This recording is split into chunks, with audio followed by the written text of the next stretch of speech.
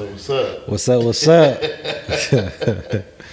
Sore as hell. That's what's up with me. Man, sore as hell, bro. I ain't gonna lie, man. This might be your best motherfucking program to date. A couple punch-ups, inspired. So you been hitting YouTube real heavy. Was trying to figure some things out, huh? We're gonna talk about the training we've been going through and what we've been doing and kind of the, some call it genius. Others call it mad scientists behind it. But we're going to get into it, man. This is a Pushing Weight show. Pushing weight.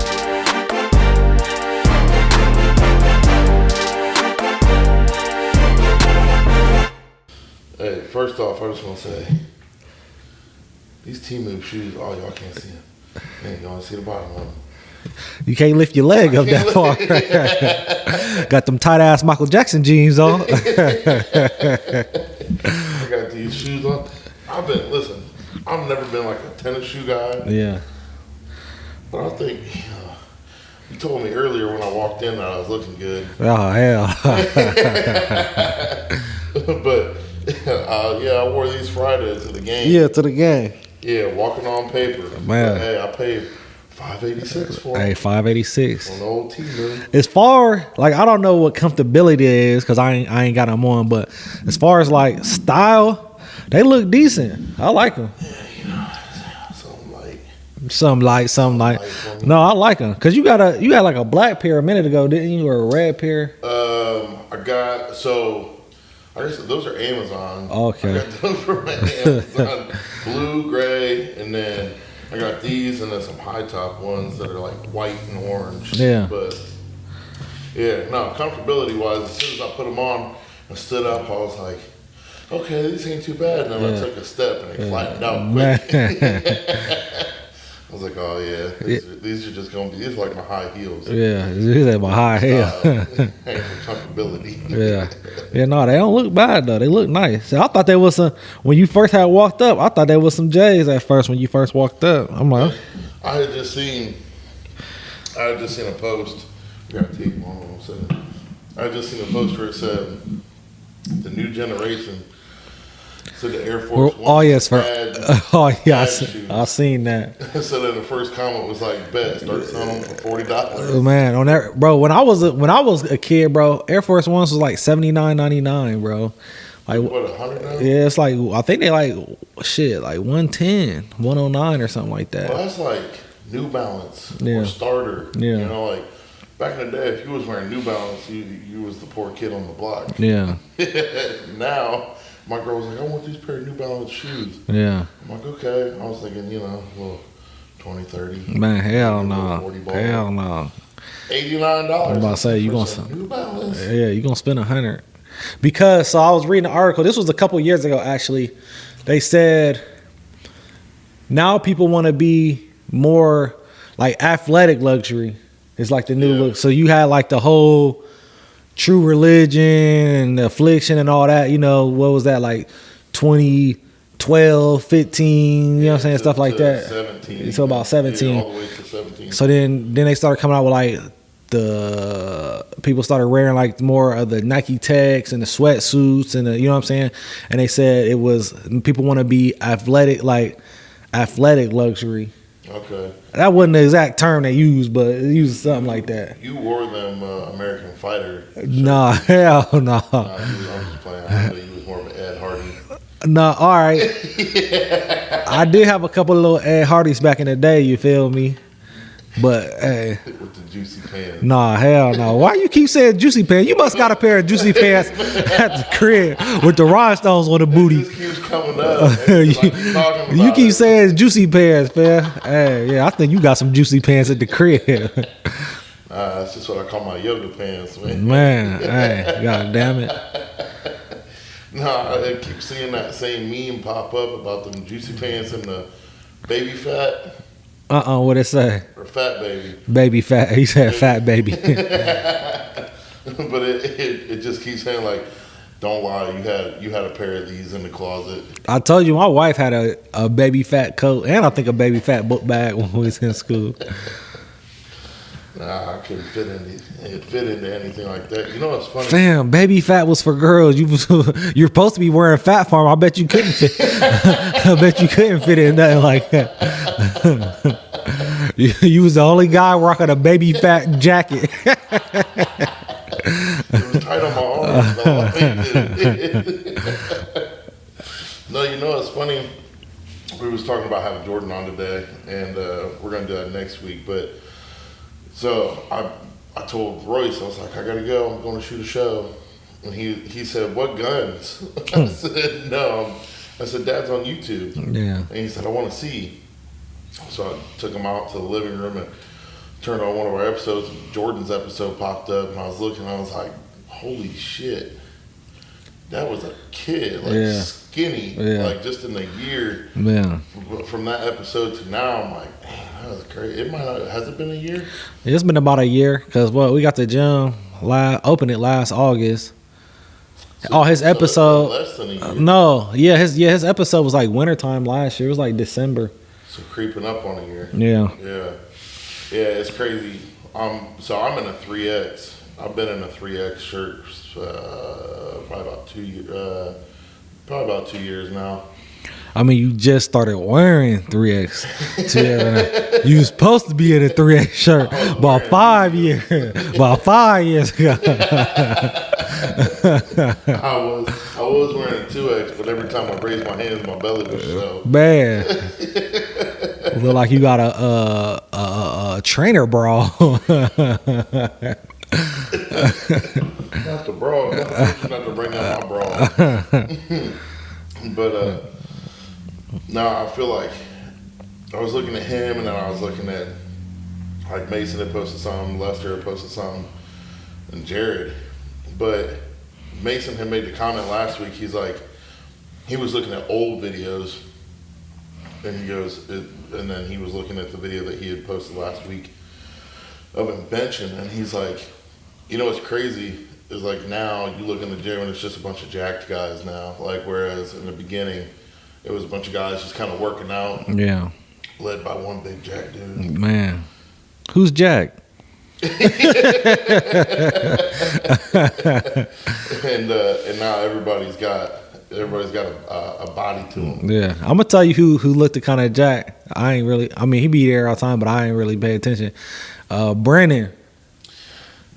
Yeah. Oh yeah. Hey, make sure he don't watch this episode. His head about to get 10 times bigger. Yeah. But yeah, man, it's crazy to see his transformation too from when he first came into the gym at the garage. And you know, funny about him is I met him through his dad. His dad's a customer of mine. Yeah, I remember. I remember you were saying that. And he was like, you're a big guy. Yeah. And he's like, my son likes to work out. So we just got to talking. I kept telling him to bring him up, you know. And then it's that very first time that he came up, he trained with us. And then I was talking to his dad next week, and his dad was like, yeah, we were leaving. And he was like, Dad, whatever I got to do, I got to keep coming down here. Like this, This is so fucking cool. Like this is the spot, man. This is the spot. And I started thinking about it. I was like, man, we do got some people. It's like what they say, you build it and they will come. Yeah. You know, we got people from Delaware, Upper Sandusky, Bucyrus, you know, just coming to train at our spot. Yeah. You know, be around like-minded people. Yeah. You know, and it's I love it. I was thinking about it today as I was looking around. I was just like, man, we had to split up the group today because there was so many of us. Yeah. It was a lot of people there today. And I feel like we were still missing 4 or 5 people. Yeah, we were. I was like, man, just from day one to now, like, it's really grown into something awesome, something special. Yeah. So and just that collective crew, like watching everybody in there today was just, you know, everybody just having fun, lifting, supporting everybody. You know what I'm saying? And that's what I try to tell people when they come in or they ask about the gym. I'm like, bro, you guys just see the video. Like that's what we want you to see is right. That. But like the vibes is way different in there. You know what I'm saying? Yeah. It's not. It is intense at times, but I'm like, bro, it's everybody in here is just coming together, supporting each other. You know what I'm saying? Like people see the videos like, man, I'm not trying to be in there. I'm like, the vibe is that, but it's so much more than that. You know what I'm saying? Yeah. But I don't know. Yeah, no, I get it all the time where it's, I can't lift what you guys are lifting, and I'm thinking, bro, none of us came out the womb, this big. You know what I mean? I came out the womb this big, but nah, everybody started somewhere. Miss Carrie had to get a C-section. Don't talk about my mama, okay? But we all started somewhere, and it's just awesome to see everybody in there and getting better. Mason's going. He's bench going only. to do just bench only for a little while, and he had made the comment so this week we did. So basically, what I'm running Mason through is the training that I did at Westside, because I was bench only when I was at Westside, and when I trained under George, and it was a lot of band tension. I don't think, if my memory serves me correctly, I don't think we ever did chains when I trained at Westside on bench. It was always against band tension. And I started thinking about it, genuinely, that is what helped me be able to bench what I could bench. Let's see, I was 20 and I benched 655 in the gym, and then I think I was 23 when I did my first 700 in a meet. And that pushing through that band tension is a lot different than pushing through chains. Yeah. I try to explain it to people where when you're pushing with chains, or when you're squatting, or whatever it is, when you're pushing with chains, it's actual weight, right? Then there's a difference between weight and there's a difference between tension. Yeah. And you have to push, in my opinion, you have to push harder when you're pushing through tension than if you're pushing through weight. So the chains, as they go down, it gradually gets lower in weight. Then as you push up, it gradually gets higher. But with band tension's always trying to pull you down. So with chains, you have the gravitational pull, but with bands, you also have the actual tension in the band wanting to pull you down. Yeah. So pushing back through that band tension is what I feel like gave me such a good lockout in my bench. So when he said that he wanted to go bench only, I was like, perfect. I know exactly what you got to do. I know exactly what helped me. And we were in our shirt every single week. Yeah. Bench only. Now you cannot do that when you're full power. But if you're bench only, you can go in a bench shirt every week. Still going to put wear and tear on your body, but you're able to recover from it a little bit better. So next week he's going down to a one. He's been doing 2 board the last 2 weeks. He's going to go down to a 1 board next week, and then the following week he's going to do something raw, right hanging bands, and then back with some heavy band tension. So today he had 300 pounds in band tension, and I think he ended with 285 on the bar. So at lockout he was at 585, and he didn't lock it out fully, but the one before that was 565, and that's the most he had ever held in his hands at the top. So just in the first couple weeks of this training, it's already going up. Yeah. So I really feel like I've hit this. You know how you hit a gear, and you know this all too well, in business or in training or whatever you are doing in that particular time of your life, you hit a gear where everything starts clicking. Yeah. Everything starts going right. And you're like, okay, I've done a bunch wrong, but something just happened, boom, where everything is just clicking right. Mm-hmm. And I feel like for me, that's this last few weeks, even more than that, last month and a half, where I was thinking about this new training program that I was putting together for us, and then Mason coming to me with that, there's a switch that hit, and everything that I had learned at Westside, everything that I've learned from the night crew at the doghouse, and everything that I've learned from just us training it like all clicked for me. And that's what I think put together this new training program. Yeah, because that's for us. I can definitely feel a difference. Yeah, I feel like everybody. I've been hearing everybody like, man, I'm still sore. I'm still sore. Yeah. I'll say from the beginning of this program, which we're starting week 4. Today was the start of week 4. Since the start of this program, I don't think I've had a day where I've walked into the gym and been completely fully recovered. Yeah. Whether it's, my legs are sore, but we got upper body that day, or my upper body's sore and we got, lower body that next day, whatever it is. But I haven't walked into the gym and been like, yeah, I'm completely recovered. Let's go. Something has been hurting this whole time. And I'm up on my food. Like, my diet's been more than decent. Like, it's been good. So I know you said you yeah, it's like I fall off the wagon a little bit. I fell off, man, all the way out. They done left me. The wagon gone.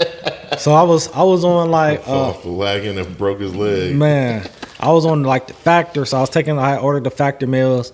I just had to stop them, man. Them things just keep coming. like because it's hard to find how to actually stop them. Oh, really? Yeah, like you gotta they'll have something in there to be like, stop it for this week. Yeah. But if you don't stop it by like, I want to say Wednesday, you're going to get them the following week. So you got to stop them by Wednesday. You're going to get them the following week. And I had to look it up on YouTube. Like, bro, how do you stop this? And my wife was, because she had been trying to stop it, and hers didn't stop. I had to Google it. Like, man, how do you stop this? But no, I mean, I was doing good on the Factor. I was losing weight, getting to where I wanted to be on the Factor, because it's easy, because it's calculated, like the calories the calories on everything, but it's like when you cooking a full meal, do you really know the calories? Right. You know what I'm saying? Like with sauces, and you know what I'm saying? Like when you making some, just say chicken and rice, you know what I'm saying, broccoli. I mean, yeah, you weighing it out, and you weighing out the rice, and you weighing out the broccoli, like, but do you actually, you know what I'm saying? Yeah. The exact calorie count, with the carb count, with the fat count, with the sugar count, with the sodium count. You know what I'm saying? Yeah. Everything. So I kind of liked it for that. And like I said, they're pretty good. I ate one today after workout. You know what I'm saying? It was like 45 grams of protein, 580 calories. It was a lot of carbs. It was like 36 grams of carbs. And but it was good. But it was just like, and they switch them up all the time. This was one I never ate before. It's like shredded beef with Parmesan something and broccoli. Oh, okay. It was good. Like I said, they have some decent options. But I was like, I just got to the point where I was like, I'm tired of these damn meals. I'm tired of these damn meals. Yeah, last 3 weeks, me and my girl have been on chicken and either rice or chicken and sweet potatoes and then some asparagus. I still do broccoli all day. I cannot do broccoli, bro. Yeah, I like broccoli. Raw, cooked, drizzled in cheese, nothing, bro. I can't do it. I don't know what it is, but I'll eat the shit out of some asparagus. Yeah. So, but yeah, we were stuck on that, and she's like, "Can we please do like taco bowls this week?" I'm like, yeah, we can do that. But here's the thing about my girl is white people tacos. Listen, especially if it's a diet, it's about to be super white people tacos. Man. Beef and sprinkled with cheese. Man. But I know my girl too well, because like I'd say by like Wednesday, which I understand it because I'm kind of the same way, but I can get through it. But like by we cook everything on a Sunday. By Wednesday, we gotta recook some other chicken, because by like Thursday, I hate it after about 2 days of chicken leather. Yeah, I hate chicken it. Like jerky. I'm gonna tell you how to. So when I was just on chicken and rice and broccoli, excuse me, when I was just on chicken, rice and broccoli. Chicken, rice, and broccoli. I'm gonna tell you, bro, if you put it in a pressure cooker, the chicken is still like, it breaks down. Because like after that third day, and chicken tastes weird after that third day. It got like I don't know, it just got that weird taste to it. You know what I'm saying? Put it in that pressure cooker, bro, and it breaks it all the way down, bro. Really? Yeah, like you don't even like. I was eating that like 4 days. About 4 days straight, and it still was like cool. Good. Yeah, it was still good, and it wasn't like that dry because it like kind of shreds it. You know what I'm saying? Yeah. That pressure cooker shreds it. But yeah, so it was like I liked it like that. Okay. I was talking to a dude last weekend. One of my best friends, it was his birthday. We had a big ass surprise birthday party for him. You know, it's funny. His family set it up. A bunch of his family there. A few of us friends was there waiting for him. And I was like, so where's he at? What's he doing today? And they were like, his parents and sisters and brothers, they're taking him like on a little scavenger hunt all around Columbus of like homes that they used to live in, things that they would do, you know, little landmarks, stuff like that. So I was like, do you think he knows? And they were like, no, he has no clue. I'm like, okay, hell yeah. So he gets there and I was like, so did you know? And he's like, listen, I looked at your location. We share each other's location because this is the homie that when we go out, I end up losing.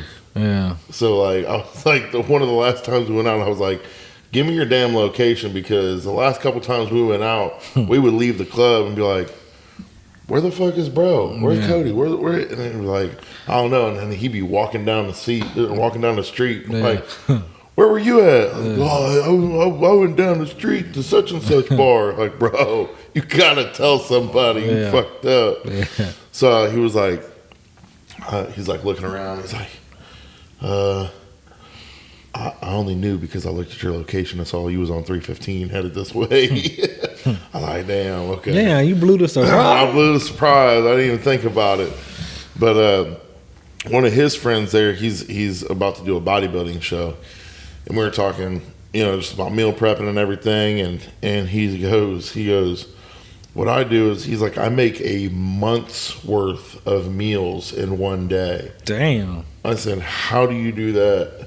He's like, I'll like, if it's pasta, and chicken or whatever, he's like, I'll take it, put it in a vacuum seal bag and freeze it. He's like, and then I'll either like boil it or microwave it or whatever to reheat it.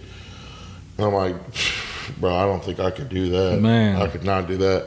And then I had seen a video on Instagram as we were talking on my way home, and the dude was like, are you on meal prep and you're not really, you know, wanting to eat your chicken because it's getting dry and, you know, 3-4 days after, he's like, the key is to undercook your chicken. He's like, undercook it, and then when you go to reheat it on day 4, put it in there in the microwave a little extra longer and it'll cook it. And I was like, you're going to die. Man. You're going to die from that, what my son called it, Sambadilla. You're about to die from Sambadilla, dog. That is not a good plan. Do not do that. But I was like, man, the things that people will do just to make sure that their food tastes good, man, should be too seasoned. Shoo, undercooking that chicken, boy. I mean, I'm sure, like I said, and that's people that can eat for nutrition and not for taste. You know what I'm saying? Yeah, like, it's like, who said that? C.T. Fletcher? Yeah. It was like, you're not eating for taste, motherfucker. Yeah. You eating for fuel. Yeah. And I'm like, I'm eating for both. Man. If I can eat for both, I'll be happy. That's how I am, bro. Like I said, that's why I liked the factor, but it's like, we've been on, I want to say, about 6 weeks now. And it's like, and I ain't lied, a half of a crumble cookie before I came in today. What kind was it? Man, they had, chill out. Hey, it was a cookie dough. Hold up. A cookie dough cookie. You got a cookie dough cookie. A cookie dough cookie. I think they just call that cookie dough, bro. Man, Listen, just because you take cookie dough and just throw it down on the pan and it gets flat, and don't cook it, that's just cookie dough. That's not a cookie dough cookie. They cook the cookie dough, turn it into a regular cookie, then take cookie crumbles, sprinkle the cookie dough crumbles on top. You feel me? Do you eat cookie dough, raw cookie dough? Hell yeah. Not no more. Like I used to when I can't say not no more. I feel like the last time I probably did that was around Christmas time. Like my girl got like Christmas cookies. Yeah. And I'll wake up and smack a couple pieces of cookies. Nah, I can't do just raw cookie dough. Why not? It's Because got the eggs. egg. Hell no, I've been doing that since I was a kid. No, I ain't trying to get salmonella No, hell no, you ain't gonna get no salmonella. or E. coli or whatever. No, hell no. Well, I've been doing that since I was a kid. You know what's funny is that they bring that up. I was literally thinking about it. I was making some eggs this week, and I was like, man, I can't believe people, because when you crack an egg, Yeah. and then like I'm a little chef boy RD, so I crack the egg and split it with one hand, chef I've style. been doing that since I was like 10. Yeah, I was doing it since I was 9. So, but I had grabbed it to throw in there, and that damn egg slime got on my hand. I don't know about you, but I immediately have to wash that shit off. No, hell no. Just Bro, I used to egg snot. It's not. No, me and my homie, we used to see if we could eat raw eggs. We used to eat raw eggs back in the day. That's what I was about to bring up. How people, you don't want to eat that. It's got uncooked egg in it, and then you got guys drinking raw egg. So you tried it? Yeah, we used to do it all the time when I was like, Really? Yeah, when I think I might have been in 6th grade. The sliminess, I can't believe you let it slide down your throat. Chill out. No, you kind of just do it fast. You gotta just do it like, and you be good. Nah. I mean, I couldn't do that now. I know I couldn't do that now. Mm-hmm. I know I couldn't do it now. But like as a kid, like, cause we used to always just like bet each other. You know what I'm saying? And that was like a thing. Did you ever do that? The dry ice thing? No. What's that? When you put like some salt on your hand and you take an ice cube and put it burn the shit out your hand. Yeah, that was hell yeah. That was bro. That was like a big when in middle school. Everybody was doing that shit, and I did it. And I did it like I think I might have did it like. You probably still got the scar, don't you? That's what I was looking for. It's some. I think that's what that is for real. For it didn't clear it up. But yeah, I think that is. You see it a little bit. A little bit, yeah. Yeah, and my teacher was like, "You're a dumbass." When I came to school, yeah, he was like, "You're a dumbass. Why'd you do that?" Yeah, I was like, I don't know. Did y'all ever do the pass out game? Where y'all choke each other out? Well, kinda, but nah, you don't choke them. So they stand there and they take 10 deep breaths in and out, super deep breaths. Okay. And they stand against the wall like this, and you push against their chest, and they pass out. Y'all never did that? Where? I forgot you went to a county school. We went to city school. Man. We was doing bad shit. We weren't trying to kill each other. Yeah, y'all never did that? Everybody used to do that shit back in the day. We had a very short stint in high school where people were trying to choke each other out. Just like getting behind them and just like choking them out. Yeah. And there was one dude that was like, he always wanted it done to him. he a freak now. I know he a freak now. What's it? Autoerotic asphyxiation. No, he passed away. No, I'm just playing. Damn, I was say damn. But yeah, no, we didn't go. The craziest stuff that we did was do you ever push your hands in between like a door jamb? You like push your hands as hard as you can in between a door jamb for like 30 seconds or something like that, and then you step out and your hands just automatically. Hell no, I never heard. You ain't never done that, bro. Did y'all do the thing where somebody sit in a chair and you lift them up? Yeah, like the 2-finger thing. Yeah. So first time we started doing that, it was like at a Catholic school. Boy, they almost kicked us up out of there for doing it. They said that shit was witchcraft. On everything. Boy, they said that shit was devil worshiping. Did y'all ever get butt naked in the... He ain't playing. I was just, I seen it on TikTok. Well, I wasn't taking no showers in that motherfucker, none of that. Bro, I remember when we went to Taft, they were trying to say you had to take showers. And mind you, they knocked Taft down. Taft was old as hell. Yeah. But that shit really looked like a dungeon. The showers? Like the boys' locker room looked like a dungeon. Really? Yeah, and then the showers looked crazy, but that shit looked like a dungeon, bro. That's right. You guys never took showers after football games, did you? Some kids did. Some kids did. We all did. Yeah, that was like it was so crazy to me when I started coaching at the city schools that like they had like equipment in the showers. And I was like, yeah. You don't want to take showers after practice. Hell no. That's gay as shit, coach. That's gay as hell. Yeah. I'm like, oh, so y'all just like going over to your girlfriend's house stinking. Hey, stinking balls and all. Yeah, hell no. That's how I know y'all wasn't getting none. Nah, hell like no. No, hell no. We were winners.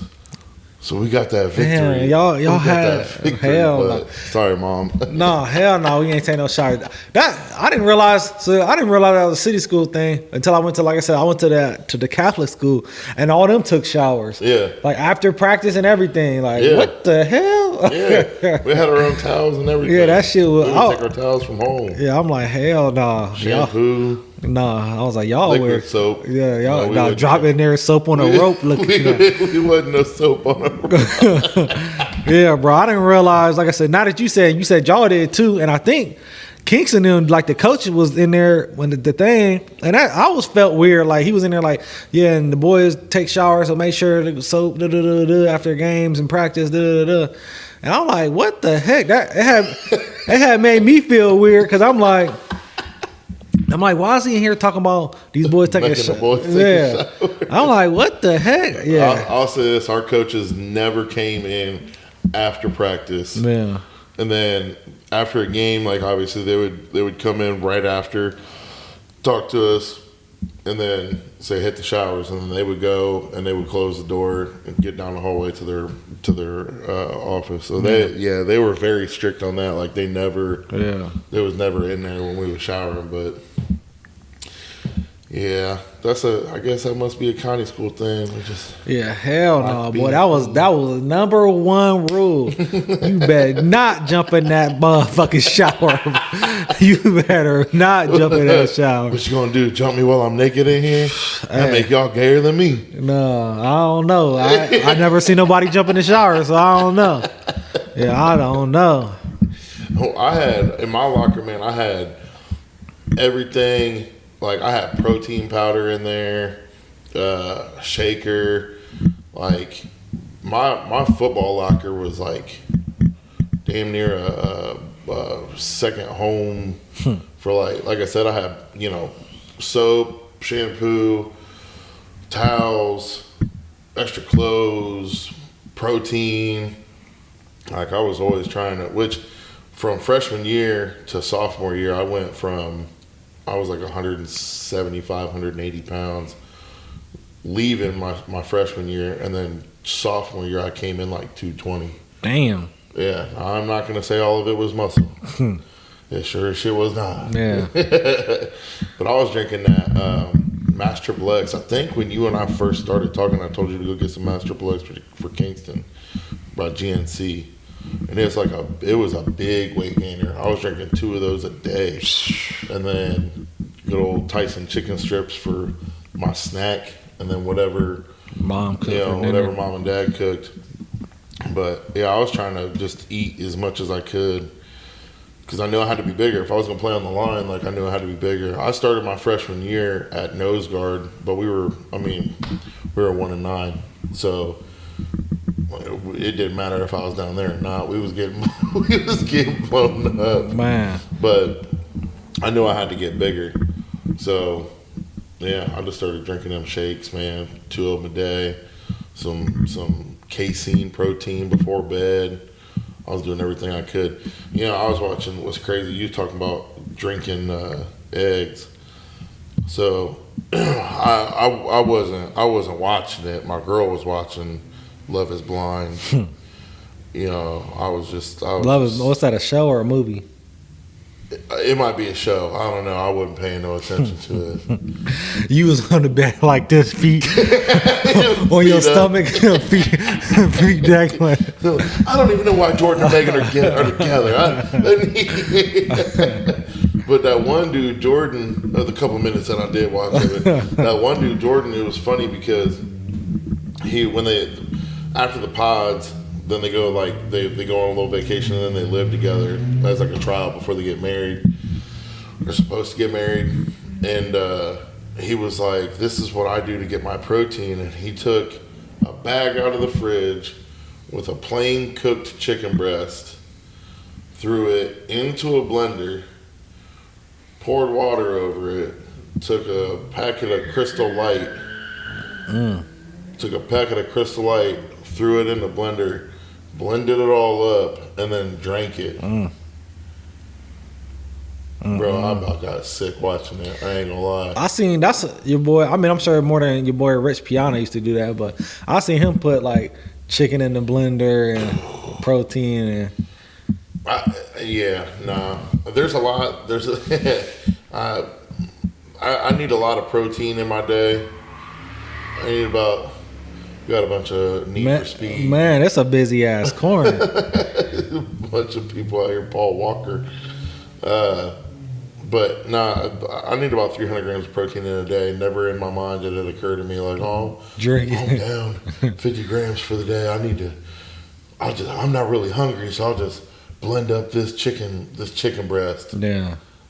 Bro, that's like the hardest thing to do, bro, is get like, because I'm trying to get 200 grams. Yeah. Like, that is the hardest thing to do, bro. It is, man. Like, when you start thinking about it, because the best way for me to do it is first thing in the morning, which I say the best, but it is hard because, like, I'm normally not a breakfast guy. Like, I like breakfast, but to get up and want to eat so much, it sucks. I don't look forward to it, but, like, I get about 93 grams of protein in my breakfast. Damn. And it's about 6 eggs, which is a lot, bro. Like when you... Yeah, 6 eggs is a lot. Man. When you end up cooking it up and throwing it on a plate, you're looking at it like, God, man, it's a lot. But that's about 200 grams.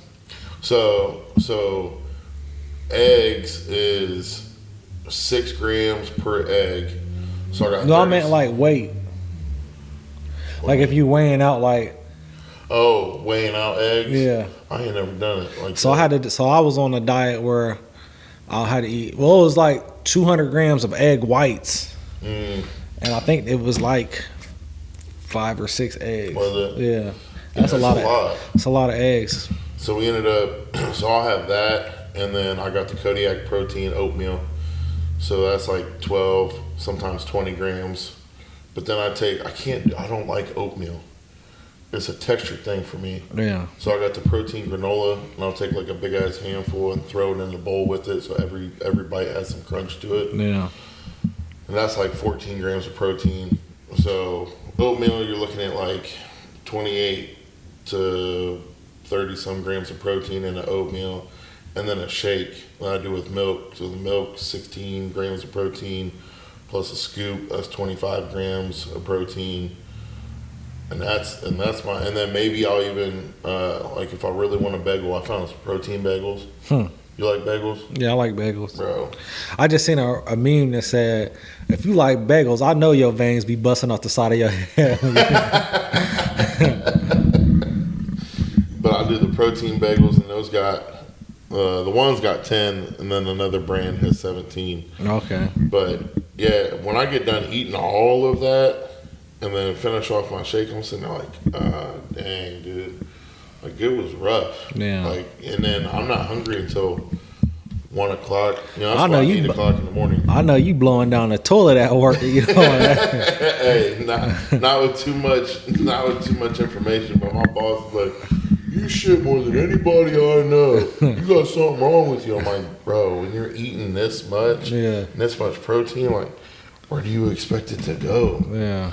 You know? But, yeah, it's a lot. It's a lot to get that 300 grams of protein in. But it's been helping because I'm down to like 307. About a month ago, I was 318. Damn. So, Damn. But and everything's feeling better. I can't say that my recovery is better because, like I said, man, sore as hell. But so I teeter with I was thinking about it today because I was talking to a couple other people, and they were saying the same thing. Like they haven't came into a workout where they've been like fully recovered, ready to go. And I always tell people like you don't want to overtrain because if you go into a workout and your tank is at 70%, then you're only able to give 70% in that workout. You're not able to give 100. So you need to make sure that you are, properly recovered. But at the same time, I do feel like everybody, I would say at least for me and a couple other people that I talked to, like when it comes to squat, like my legs today are sore but I guess we squatted yesterday. But my legs will probably be sore until probably about Wednesday. And then I'll be good for this Friday. So we're teetering that fine line with training optimally and maximally. And we always want to train optimally, but I feel like the last program that we did, we had a lot of reps in it. So that helped out a lot of people. We put a lot more mass on people, a lot more strength, or, more mass than strength, I would say, but even though everybody's numbers went up. But I think all of the new muscle fibers that we have gained size-wise, mass-wise from the last program, now we're just putting strength into those. Does that make sense? Mm-hmm. So I'm first off, I'm really excited for not this week, but next week because it's a deload. I know, bro. I'm like, oh. And you said we're getting a shirt Wednesday and then a suit Friday. Yep. And that was something that I would never think of doing until I went down to the doghouse, and then it reminded me of kind of how Lou would talk when training would suck. He would make training suck so bad that the meets were easy. Yeah. So in my mind, I'm thinking, okay, that makes perfect sense. If our guys could go to a meet and be like, oh my God, this is gravy. I'm able to do more weight, and the weight sucks. You know what I mean? But I don't feel nearly as beat down as what I do during a training session. Like, the meet's gonna go great. Yeah. So I'm excited for this next training program we got. It's going all the way to the end of the year. Pretty much to the end of the year, because we got guys competing in January. Well, a lot of people competing in January. It's a freak show. So this training program runs up to their prep for the January meet. So it works out pretty perfect. And that's when everybody else was. I always run if a group of people are in prep for a meet, I make everybody go through the prep, because we're maxing out during our prep. So whether you're doing the meet or not, at least you're going to have a new number for the next wave of training, So, but yeah, I seen Brandon had said something today. He was like, I seen a couple people doing some extra stuff. Like, how much extra stuff can I do? And I was like, if you're going to do anything extra, one, it needs to be something that you're weak at. Yeah. Always pick your weakness and work it.